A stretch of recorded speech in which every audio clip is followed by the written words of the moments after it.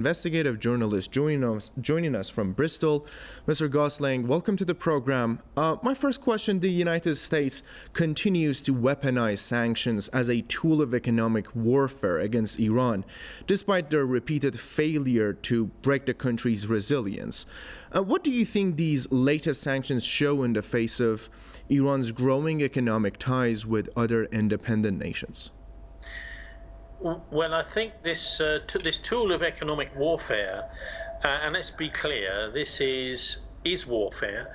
It's designed to isolate. It's designed to make economies crumble, to denude whatever country is the target. So it's not sending bombs directly, but it's a way of.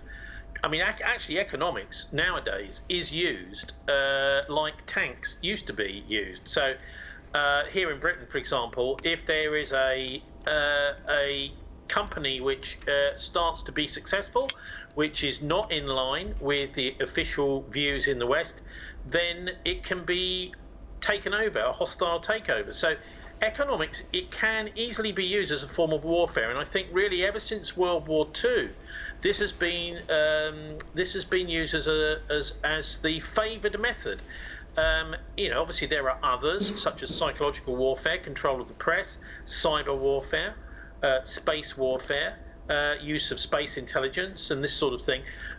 So these are all forms of warfare. Let's be clear. Economic sanctions can and do kill people, and can cause famines, can cause starvation, and this sort of thing.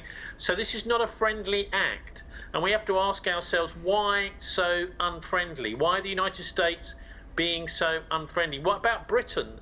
Britain being quite unfriendly too, in many ways, by supporting, for example, the genocide in Gaza. So the other thing to remember about this is a nuclear-armed country.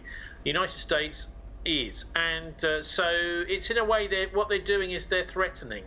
There was a brilliant talk by, I'm sure you've seen, by Jeffrey Sachs to the European Parliament the other day, where he is explaining that the United States, ever since the Second World War, has had this hostile policy to the rest of the world.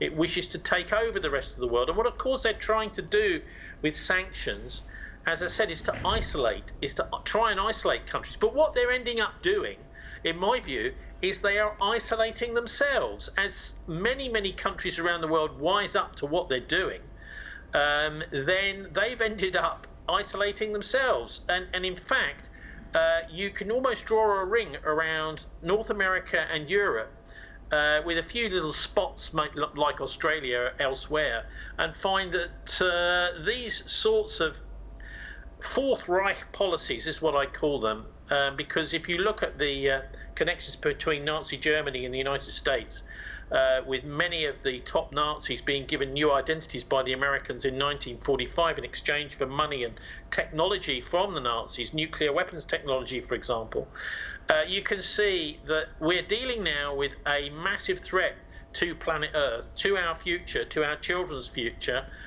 which takes its direct succession from Nazi Germany in World War II. And the Americans are exhibiting the exact same kind of military policies too, where they do believe that they can come up with some excuse on television and go marching into any country they like. Thank you. Tony Gosling, historian and investigative journalist, joining us from Bristol. Thank you very much.